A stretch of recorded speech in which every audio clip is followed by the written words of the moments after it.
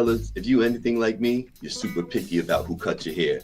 And I don't go anywhere else except for House of Barbers. Located right across the street from Marist College on Route 9, go see Sal and his crew. They will take care of you no matter what your needs are, and they'll even give you hot towel shaves. House of Barbers right there on Route 9, 845-232-5036. House of Barbers. Go make an appointment today or just walk in. House of Barbers.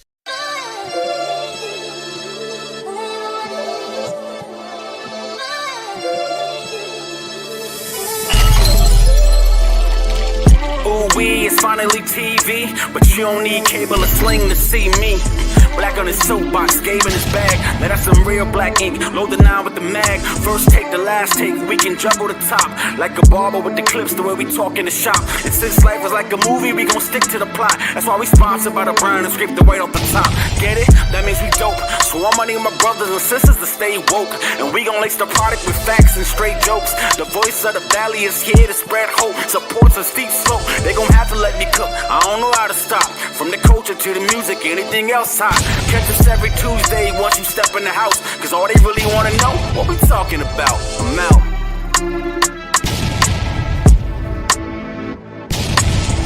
Oh, and here we go. Another episode of What We Talking About.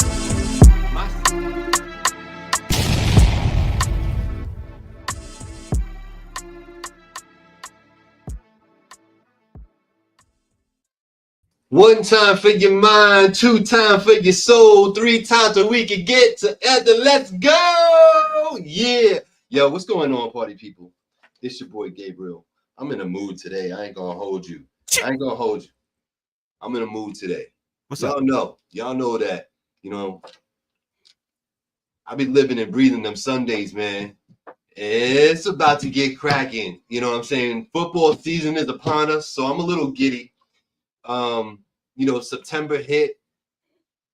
It's September 2nd of 2025. If y'all didn't, know, or maybe you thought like me that it was about April-ish right now, you know what I'm saying? I'm with you, but I want you to know that we are heading very quickly to the fourth quarter of 2025. So if you ain't done it yet and you wanted to get it done this year, you only got but so much time to get this done. You know what I'm saying? Got a solid 4 months. Get it done. Do better. Do what you got to do. If you've been doing better, keep it up. You got another 4 months of doing better to do. So, you know what I'm saying? It just don't stop, son. It don't stop, son. Once you get it, you got to keep going. You know what I'm saying? Then you keep going. You want to stop, so you stop. But then all of a sudden you realize you want to do it again. So that means you got to keep going. This is what is you talking about right now, dog? What they got to get done? Listen, life. Whatever them goals, man. Them goals in life, man. You know what I mean? Like them, come on, black man. Who better to talk to than us two about trying to, realize some life goals out in this month. You know what I'm saying? Don't talk to me. I don't know shit. Don't talk to me. It's fucking weird out here. I don't know nothing.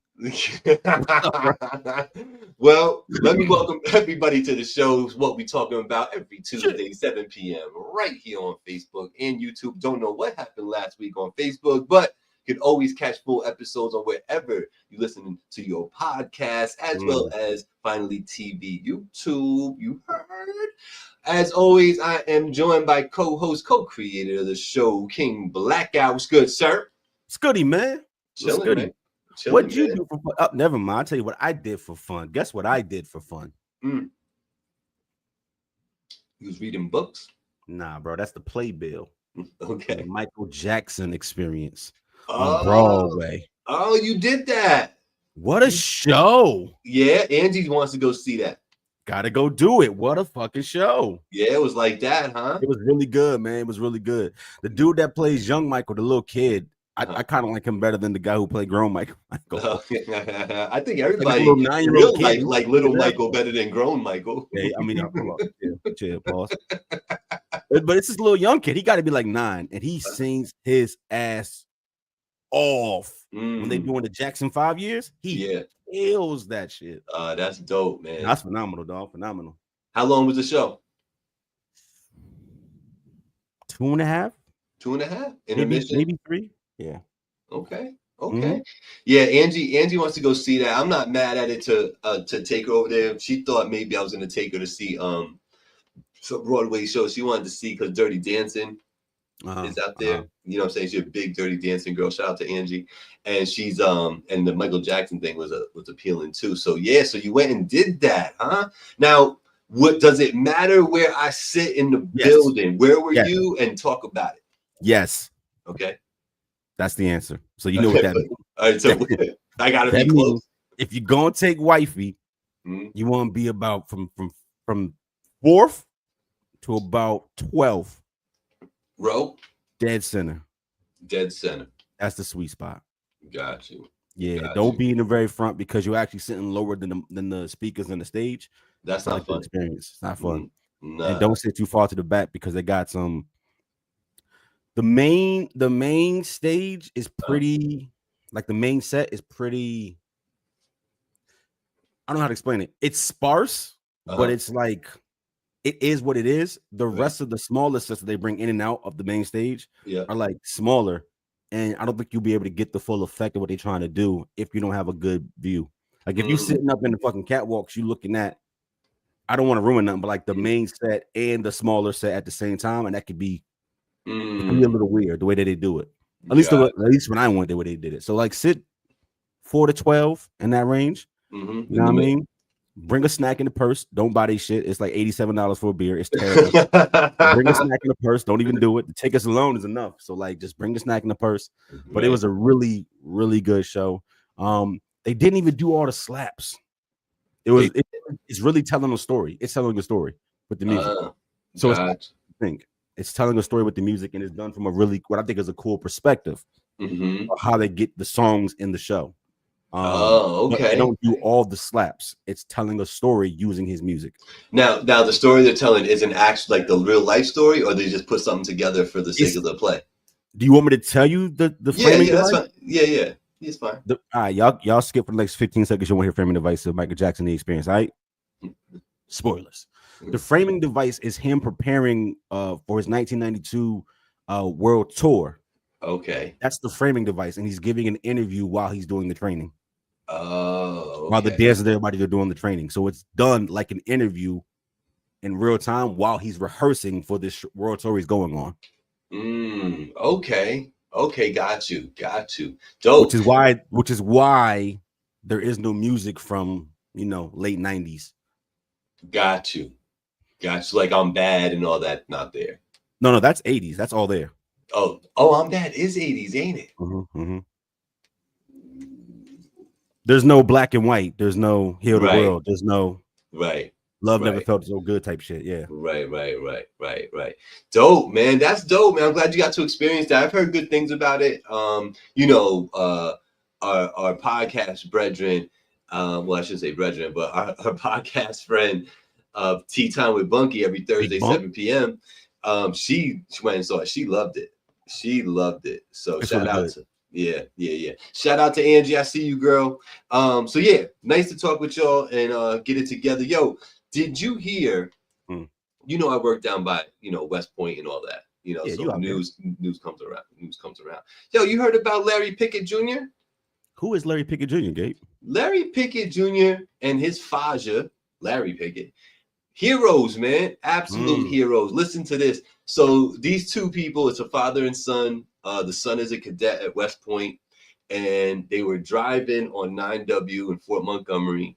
They witnessed a situation where a car had somehow crashed and things weren't right. They went over to go check what's going on and made the decision that they needed to get the person out of the car because it just didn't look safe. They get the person out of the car into safety. Car then moments later engulfs itself in flames. So it was just a beautifully timed rescue that I'm sure they thought like, hey, we're just doing the right thing, trying to help this guy out. Let me get him out of the car. But yeah, this car went up in flames, bro. So you gotta salute heroes too, the same way we talk about all the nonsense and fuckery that be happening in the world, especially with the YNs and you know where I'm going. This young man and his pops, man, come on, salute to that. Larry Pickett Jr.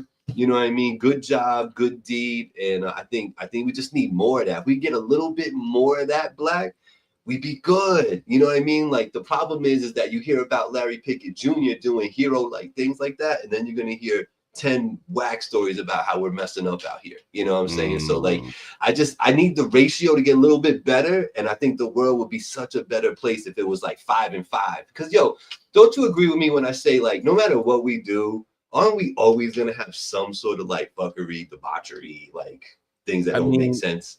Fuckery. All right. The way you classify things, fuckery is a thing that has happened that people say they don't want to happen anymore, or it's not proper.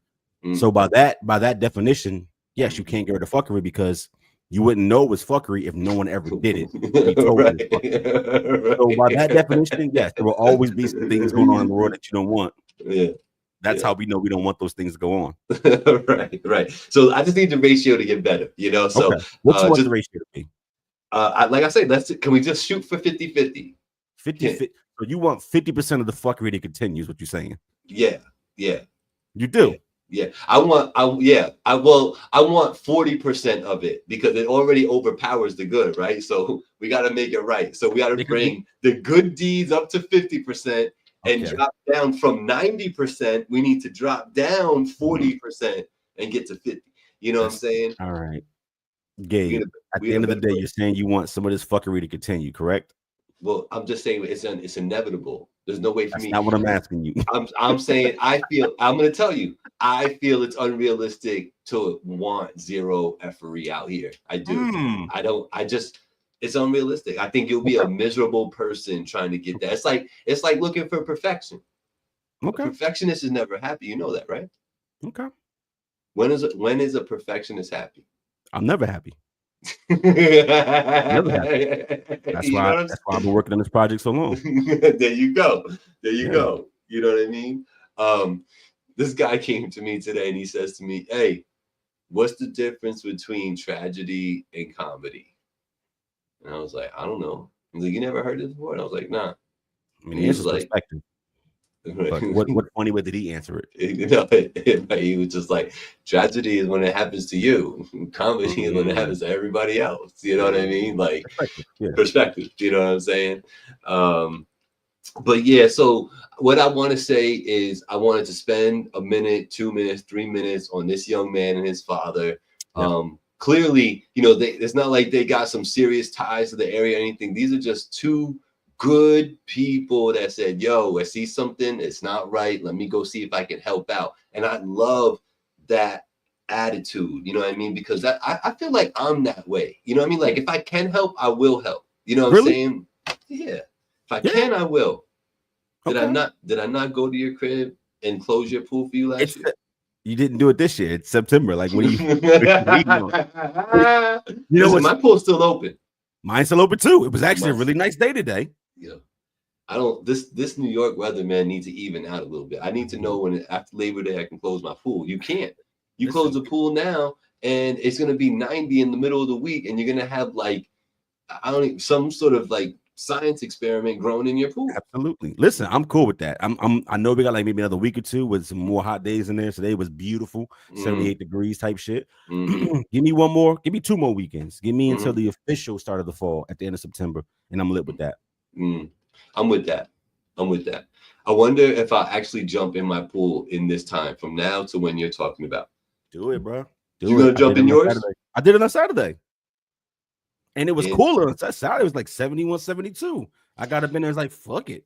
You know what I mean? Yeah, my pool be cold, man. If it's cold for a few days in a row, my pool is like 73 degrees. That shit is freezing.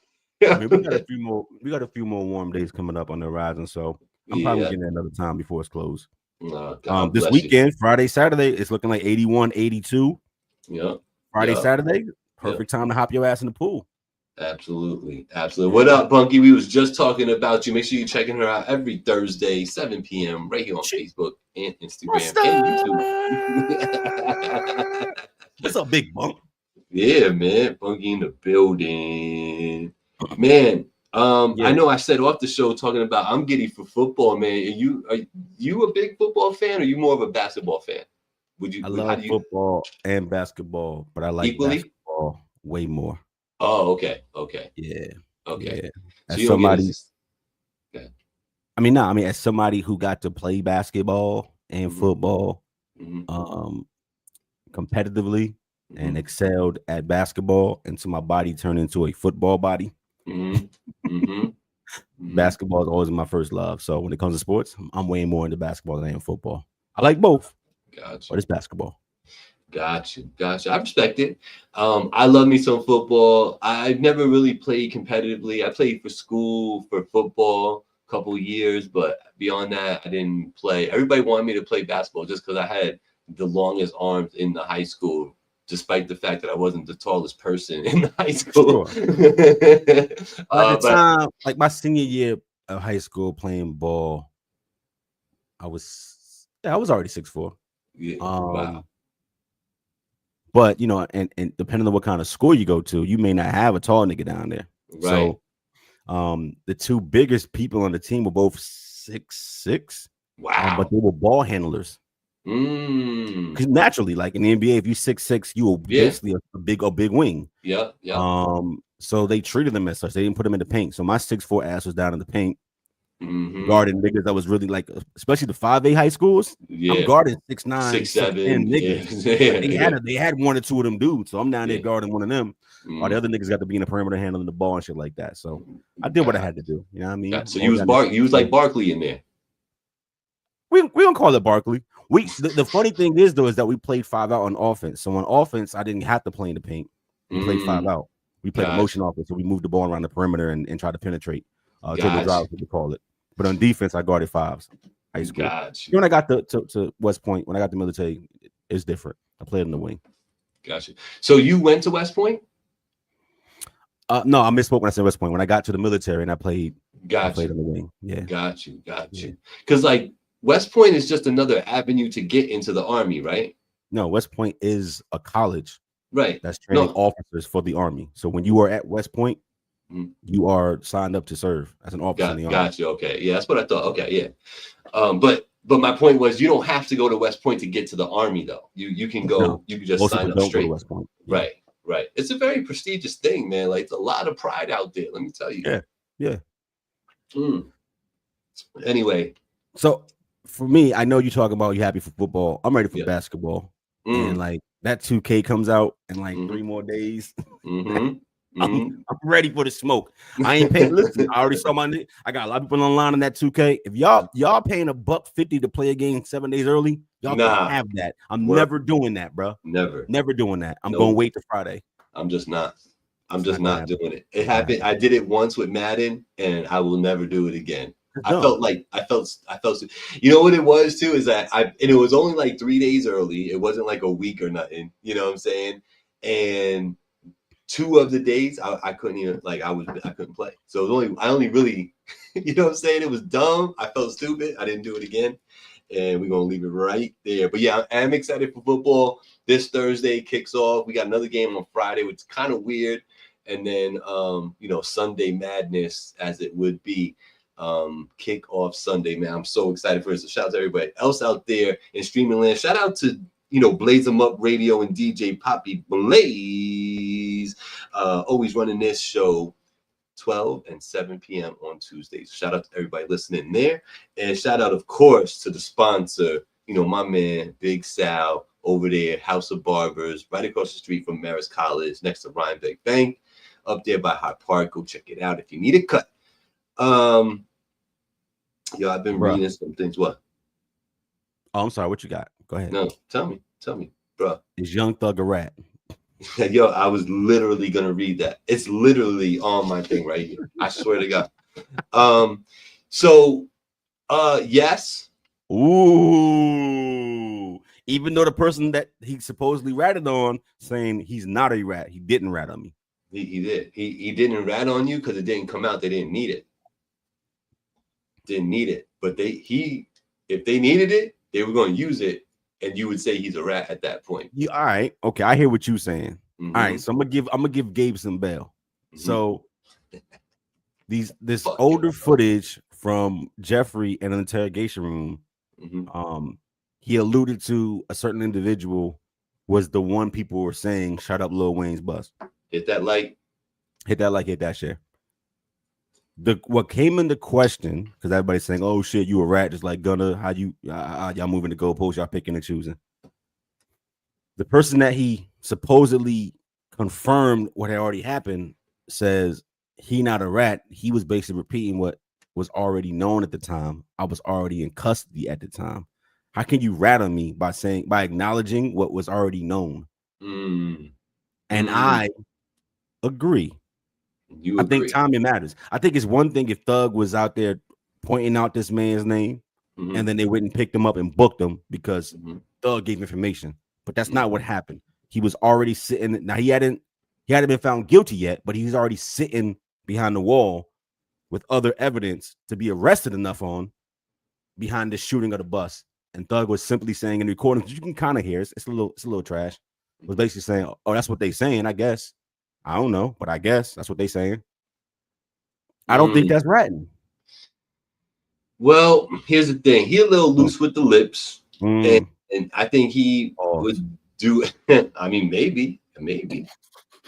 I can't speak for that man. I don't know what he better be a pause for you.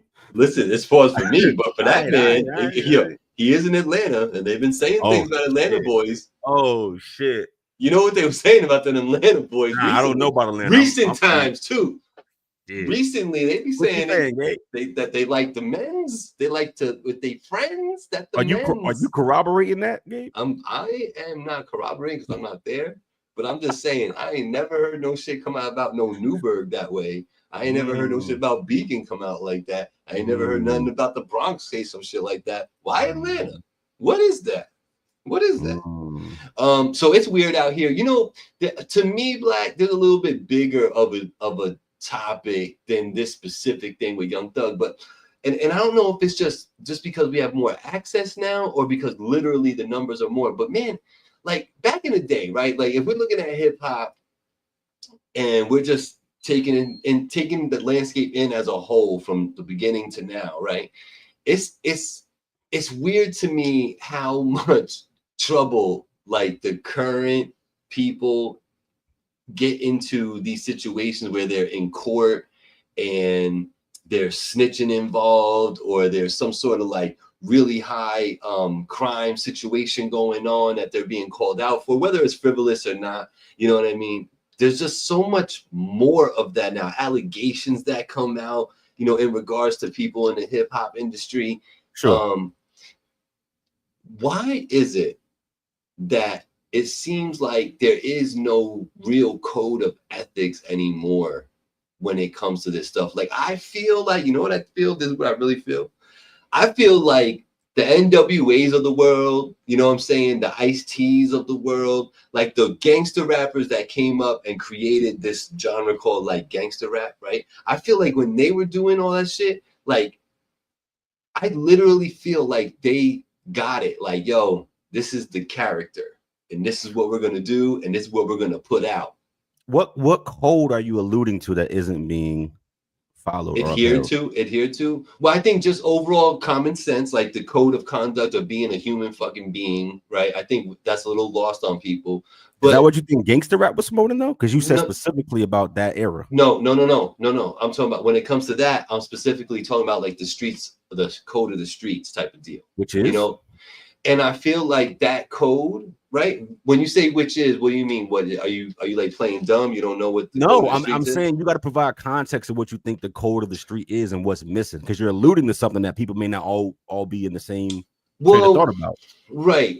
Well, I just feel like code, when I say code of the streets, I'm saying that people are they're gonna live a certain way, whether they feel like they have to. That's what's provided to them. They just feel like whatever the case is, right? They're in that, right? They in there. They in the hustle. Their hustle might not be drugs, might be something else, but they in the hustle. They doing something out there, right? Maybe they stick up kids, whatever the case is. There's a code that used to exist where it was like, you know, if you ain't got to say nothing, then don't say nothing. You ain't see nothing. So all right, so the no snitching. That's right? The code we're talking about. Is that it? No, well, it's deeper than that. There's a respect thing. There's a hierarchy thing. There's a, hey, you can't shoot at that OG without permission. Hey, you can't go onto this street without talking to so-and-so, without cutting so-and-so in on something like that. Like, you need to get your shit from that man if you're going to do it over there. Like, checking I in feel and like, paying taxes. Okay. You know what I'm saying? I feel like that code has gone away because everybody feels like, either whether they come up and get money somehow or whatever happens, but they create these silos where they're like, nah, I'm gonna do it my way and it's gonna be like this, And I want to make sure I understand though, Gabe. And I don't agree, but that's why we do a podcast. What makes you think that the code doesn't exist? Is it because the rappers today, the YNs, are not promoting it or not moving as such, and that speaks for what the actual street people are doing? Like, what makes you think that the code is not being upheld? What's your purview? I don't know if in the actual streets, if the code of the streets still exists and is being adhered to. I'm talking about what I'm being presented and what I'm seeing in the headlines. It used to never, through rap. I think that's a terrible lens today. That's a terrible lens today, right? Well, because in the 70s and the 80s and the early 90s, the rappers was actually the D-boys. So the picture you got painted, I'm not saying it was 1,000% authentic, but let's just say it was 70% authentic. It was really people out there that had the and those are the ones that got on because they're the ones that got popping locally because they had the money to put behind the artists and so on and so forth. And that led them to get deals and they brought their mans in. And so the people from those walks of lives were the ones actually talking to you on wax. Today, it's a kid, and I'm not even gonna do the basement joke like in your mom's basement. It's just anybody with a computer who is everybody. Right. Because now you can record whole albums on your phone. In a $2 headset. Sure.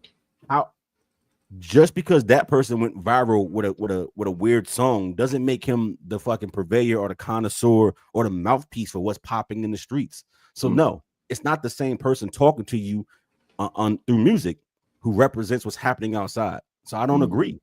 Well, one thing that you can't argue is that nowadays we're seeing more people that are involved in the hip hop industry in court, in getting caught up in allegations, being exploited, whether it's not true or true, whatever the case is.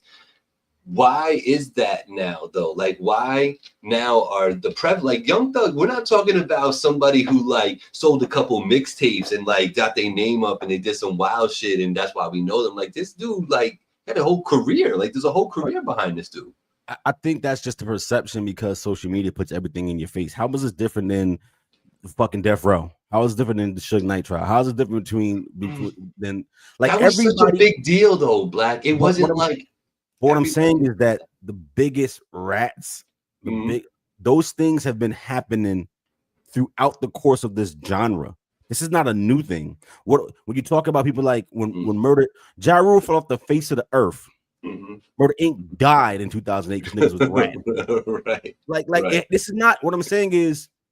It's easy to point out what you're seeing now because social media puts it in your face, and you think about Daniel Hernandez in 2019. You think about Young Thug today. But that's not 50 niggas. That's like two things that stick out when you're talking about snitching. It was just as much, or if not more, going on throughout the history of hip hop. You're just not thinking about it because it didn't happen yesterday. So when I talk about like Murder Inc., was that even on your mind in this discussion? Probably not. But the feds came and raided the boys and took them all down. And there was a whole bunch of snitching. Sugar's in prison still. Like, what are we saying here? Right. So there you go. Been rats and it's always been rats in the cheese, dog.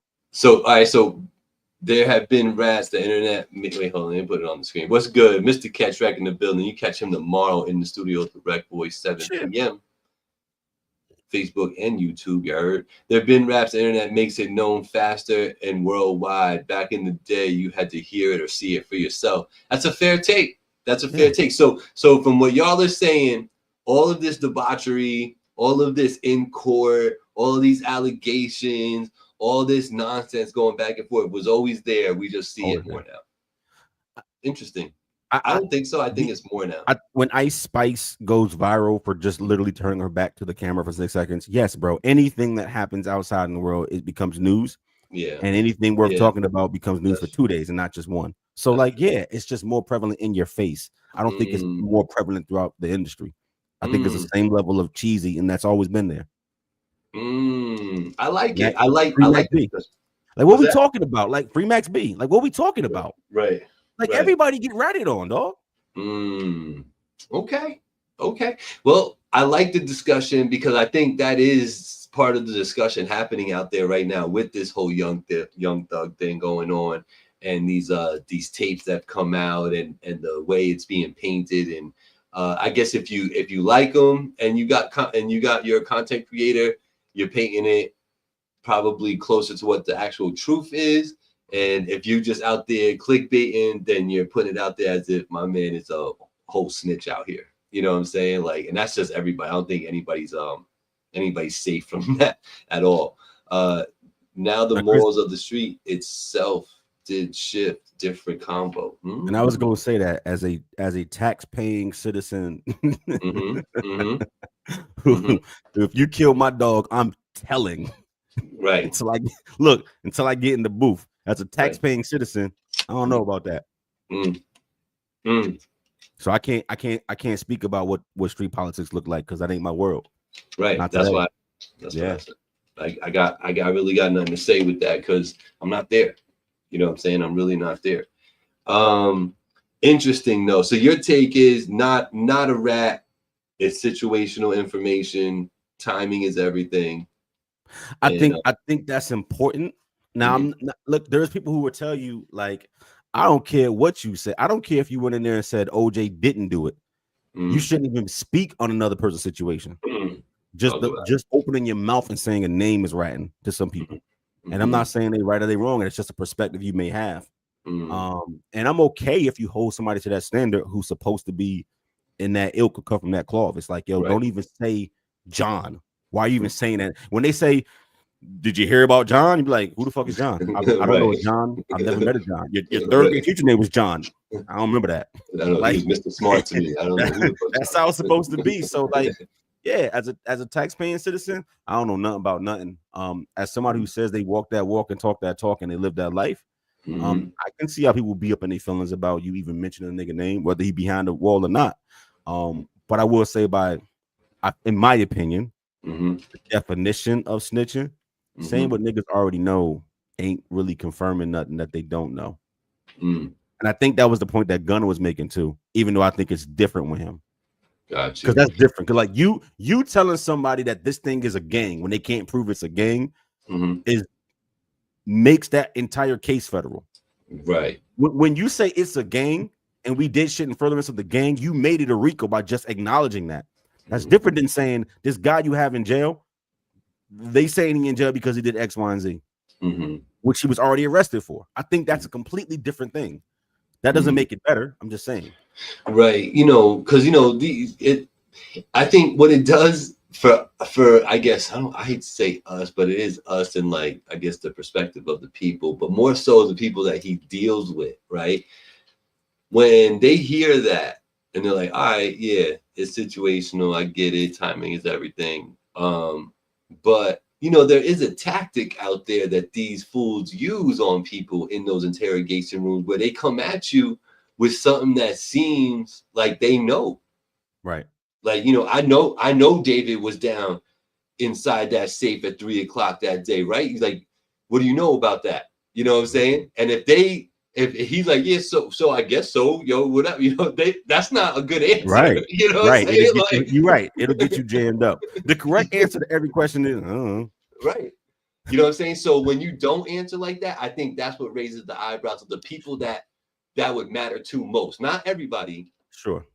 But if you've never sat in an interrogation room, then it's hard to understand what that pressure feels like. Even when you're not even trying to rap, they can twirl you up and make you say some shit that you wasn't even trying to say. Bro, and like I would say it like this, and this is not like how to not be a rat or how to get away with shit 101. This is just some pieces you could take away. Nobody in law enforcement is asking you a question when you are a suspect in a thing that's going to benefit you. There's no such thing as a question that's going to help you. If they ask you where you was at 12 o'clock, don't even tell them. Right. Like, what's 12 o'clock? What's 12 o'clock mean? Because you don't know if they want you to say I was at the pool hall where the shit went down, or they want you to say I was in the crib sleep. Right. And they know that you was at this place breaking whatever. Because you may be saying you wasn't there and they got you a camera somewhere else. Like they're not asking you questions to ever benefit you. So don't answer shit. Ever. Like what Chris said, the first thing they tell you have the right to remain silent. So use it. Right. You want if you really got to say something, just I don't know. Right.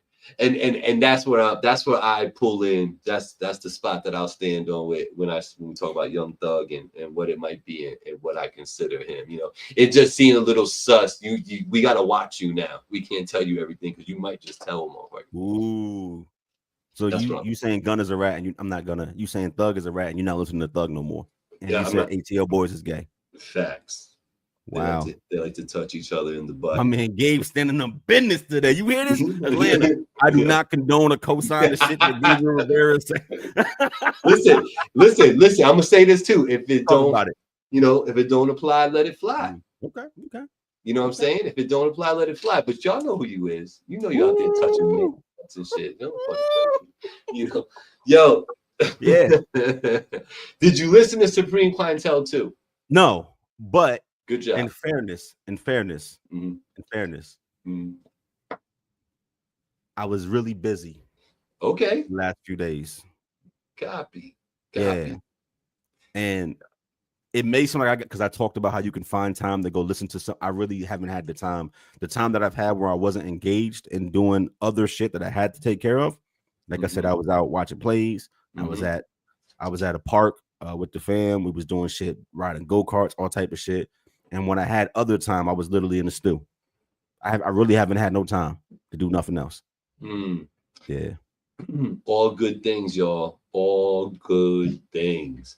As a matter of fact, I heard a little bit of why he's been so busy the last few days. So I know that took some time up too. What you think about that? What you think about that? Thought that was high. That's what I thought about that. I thought it was kind of fly. I thought it was kind of fly. Kind of fly. Okay. Yeah.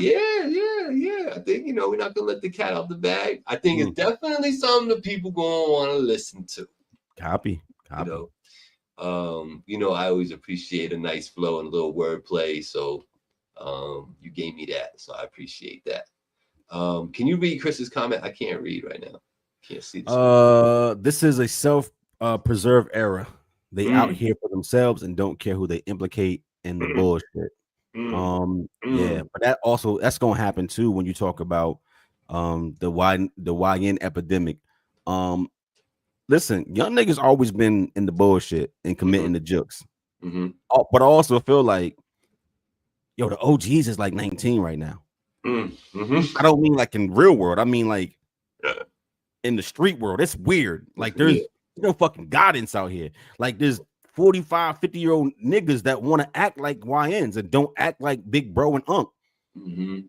Like, I saw a post with Jim Jones wearing an overall suit and a pink shirt, and niggas called him the biggest young nigga, the oldest young nigga of all time. The oldest young. Jimmy is about to be 50 in a month. And I'm not even knocking 50. I'm just saying, like, matter of fact, I'm gonna switch that. Just dress the way you want to dress and what makes you comfortable. That's not even what's killing me. It's just the mentality, like the way you talk to the young niggas, the way that you move outside, the way that you act like you still got something to prove in the streets when you 50. Right. That's weird. That's weird. You should already proved it already, and if you didn't prove it already, you're not about that, and that's okay too. Right? Why do you still talk like you got to prove to somebody that you really him? Just be you. Facts. Catch Rex says, I got a nap too. Angie has a quick question that she wants us to just talk about real quick. Okay. What do you think about a friend of a friend that you have never met and friends request you? Do we think that's weird or normal? So to set it up, you go out, you're with your buddy. That buddy has a friend that's always like, chiming in, texting, but you never met. And then you go home and all of a sudden hold on. Sorry. They're at the event with you and the friend? No, it's just you and your friend. Okay. Right. But your friend is getting texts from this other friend who's not there. What? Okay, got it. You know what I'm saying? Okay. So like, so she's always hearing about, oh, I'm with so and so. Got it. You So know they what I'm know saying? about you tangentially because the friend is texting them saying I'm with this person. Correct. Got it. Is it weird to go home and get a friend request from that third person? How long have they been hearing about you? Probably, I don't know, 6 months. Like every week they hear about you? I don't know how often that other friend would be talking about the other friend. Is the friend that they're a friend of like one of your circle? Is like that's a friend? Her friend, that's her friend, yeah. Then because those gradients matter. Like, okay. no, I don't think that's weird. Okay. As an example, like I got Even if people you like never met or talked. Sure. Okay. Because Okay. like, as an example, like so me and my bro, Mm-hmm. we chat. Mm-hmm. There's mad people he know that I don't know. But what he'll do is, oh, my bro just put out some new music. Listen to this. Mm-hmm. There's niggas that know me and what I do with music through him. Mm. So then they'll find me and they want to link up on social media and shit like that through him. I don't know these niggas. I never met them. But my bro has made them like a part of my journey. And they just trying to connect those dots. So it might seem weird. I think in 2005, I don't think it's weird in 2025 because you can literally have an idea of somebody, whether right, wrong, or indifferent, via third party. And this happens to me all the time when it comes to music, where somebody requests me, I got to think about how I might know them or how they might know me. And a lot of times it depends on if they send me a message with that friend request. Like if you send me the blind friend request, it might be a dub. But sometimes you get those inboxes like, oh, such and such told me about I just wanted to link the socials. And I think that's cool. See, I think it's different when you're a content creator of any sort, because like I would get random friend requests from people I don't know, but I know they know of me because of Finally TV. So I'm just accepting. I'm like, okay, it's cool. What if you didn't know because it was Finally TV though? How do you go to find out, or do you just dub niggas? No, I don't dub them. I just that's why I have like 2,000 friends right now. I just started accepting everybody. You know what I'm saying? I got 3,000 friends in my Facebook that I'm never accepting. I don't know y'all niggas in real life. Yeah. But I'll accept them on like IG. Got you. What is that though? Do we hold Facebook more sacred? Is it more personal Facebook than IG? To me, it is. Like there are people who use it like it's like IG or some shit. Bro, I don't want you.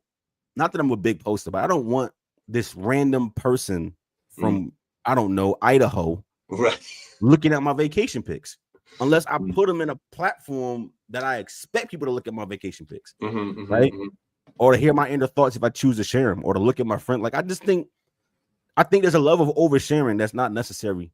I think people have become really comfortable with just doing that. So like me, as an example, I don't think I've accepted a Facebook friend outside of like family in like 5 years. I added a bunch of friends, and mostly it's just like family. I don't even add coworkers and that shit. Like it's y'all got a place, it's over there.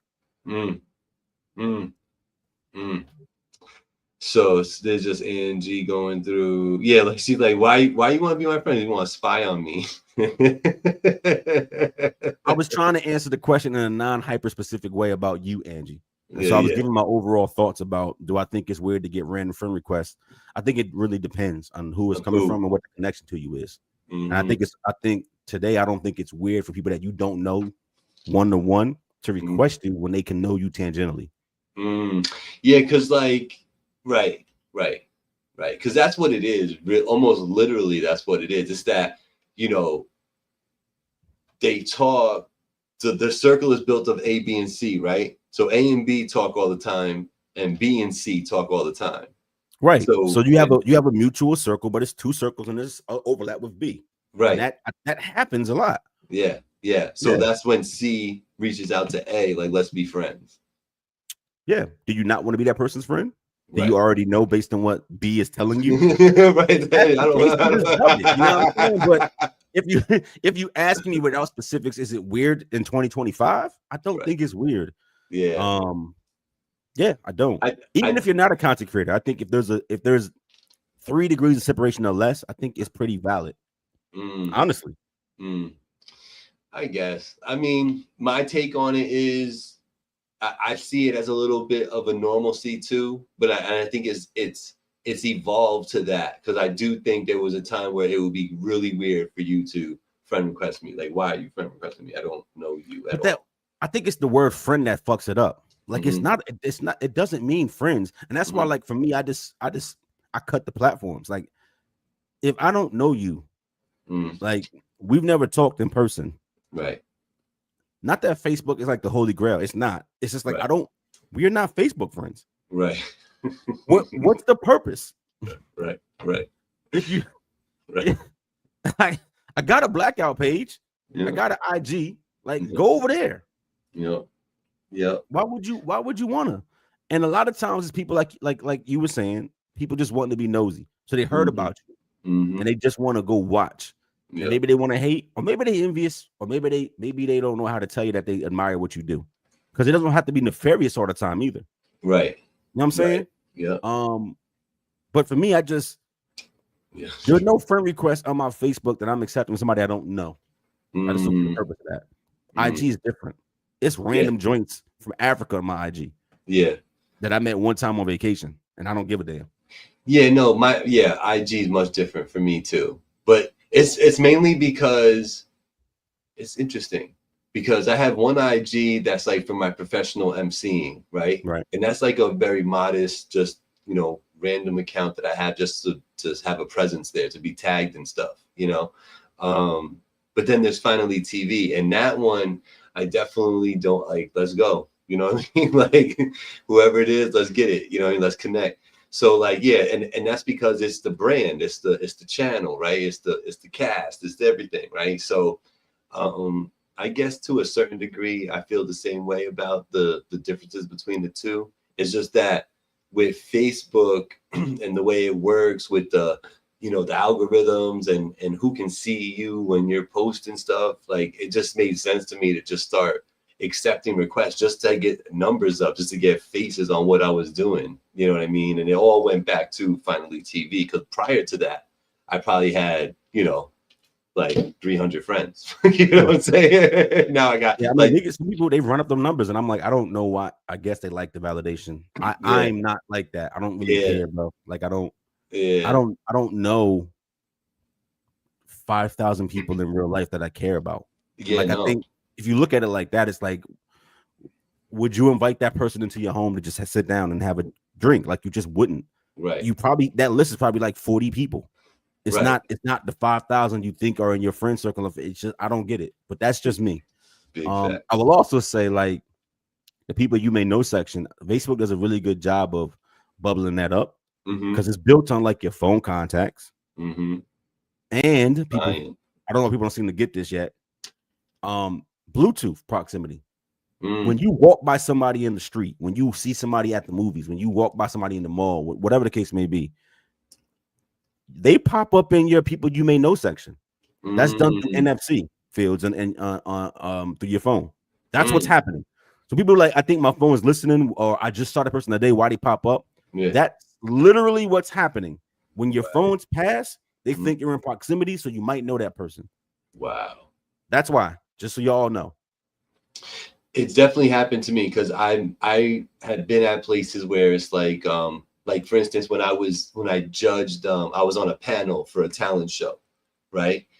And on my Facebook, as I'm sitting there, like in between talents, people are coming up for that. Like, did you know? And it's the people that I'm looking at that are here. You know what I mean? Wow, that's interesting. Yeah, that's interesting. I wanted also to say, shout out to Praz. Praz, he's the butt of a lot of jokes a lot of times when the Bougies come to, you know what I'm saying? But overall, I think he's a good dude, and he definitely has his footprint in hip hop, and like, he's dealing with the damn C word. He's got to get emergency surgery and all that. So shout out to Praz, man. I wish you all the best. Though I just wish we could get ahead of this whole cancer situation, especially colon cancer. I feel like colon cancer is one of those ones that, we can stay on top of, and it's a little bit of negligence on your part when it gets crazy like that. But you can't call it for everybody, and you don't know the situation. You don't know how aggressive things were. So just shout out to Praz, man. Get well, get better. I hope everything goes well. What else, Black? Go ahead. No, I'm saying, what else, Black? They freed Cardi B. She ain't do it. No. Yo, I was listening to this trial, bro. She is fucking hilarious. She is. I love her. If you don't know, Cardi B was being sued for assault and fucking libel and slander and emotional distress by a security guard who ran down on her and was taking videos of her as she went to a gynecologist visit while she was pregnant, which is the dumbest shit. Right. Apparently got into her face and there was words being exchanged. And like, why that time, right? Like, yeah, and I think that's what Cardi was saying. Basically, understand, like, yo, there's a time and place for everything. When I am pregnant, right, and you basically got me not pent up like physically, but you are standing in front of me with very little space between me and a wall and you, and I'm pregnant. I am not the aggressor. You are. No matter what I do in defense or what I say in defense, should pretty much be okay. I agree. The fuck are you in her space for? Right. And you're there to secure the building, not to fucking mob out and fan out on Cardi B. So today that whole case got thrown out. They made that lawyer look fucking foolish. Good. Asking the dumbest questions. Is that a wig? Did you change your hair color? Did you call her a bitch? I'm like, no, I called her. No, he's like, did you call her fat? Like, no, I called her a bitch. It was fucking hilarious. So like they let Cardi go. They needed to. Like, even with this case, bro. She is so entertaining and likable. Even when she says shit that seems left, it doesn't come off like that. It comes off likable. And boy, good for Cardi. Good for Cardi. Shame on people with the because you can sue anybody. Remember this: being sued doesn't make you guilty. I can sue Gabe right now for no fucking reason, and you got to go defend that, and that's stupid. But shout out to Cardi for being free. Yeah, and the whole sue a nigga, get a bag, hope they settle out of court needs to stop. The burden needs to be higher than just going to pay the fucking filing fee. Yeah, that part. That's the part. And it's like, you know, I don't know if you change the rule and you got to come up with some sort of circumstantial evidence. That's what it should be. Some evidence. 2 pieces of evidence to make me go to 3 might be possible. Right. Meaning, like, give me 2 things and then tell me what the third thing is that happened. And if they make sense logically, like it could be possible, then you can bring a suit. Right. I kind of like that. Yeah. I kind of like that more because, like, if you legitimately have something, you were beaten, battered, you were, you know, God forbid, hard, or, you know, you got evidence, you got photos of you being beat up, something, you got pictures, the address you got called to, where the ambulance came and saw you, right? And if the person was there that day, boom, there's a triangle. That's enough to sue you, right? But this just out of the blue shit, just with niggas just like, I saw him one time and he made me feel uncomfortable. He sued. Get the fuck out of here. Yeah. That's that BS right now. That and you know, man, it's really not that easy outside, man, to coexist nowadays. Like, I do feel like there has to be, like, for me to coexist and not like wild out and just take a deep breath and still be sane. I definitely just have to mind my own business. And just kill none, let none die type of mentality, because like it's weird out here, son. Like, I just feel like there's people out here that are more concerned about what people think than what they're doing in their own lives, and they're doing really weird things to figure out like what you think about them. Like, I really feel like that's a thing now, you know, and I don't understand it. I just don't. I have never given a F about what anybody thinks, you know what I'm saying? And there's people just obsessed with it, and they really care about the perception and this, that, and the third. And it's like, well, bro, like, if you wouldn't put yourself in these situations, and you wouldn't look like A, B, and C, you know what I mean? Like, it's hard to pinpoint what I say, but like, you know what I'm saying. But yeah, people are weird, man. That's the bottom line. That's all I gotta say about that. And I just need them to stop being weird. I need more people like Larry Pickett Jr. and his father out here. I need more blackouts. I need more Angies out here. I need more Mr. Catch Rex and all that. I do not need this nonsense that's out here. Why? You know, just thinking about the Cardi thing. What is going through your mind? This woman is coming in here. I don't just say woman, not even rapper, famous, paid. Just this woman's coming in here pregnant. Doesn't she earn that little bit of leeway where it's like, even if you're in the wrong spot, we're going to handle this with kid gloves, you know, pun intended, right? You would think so.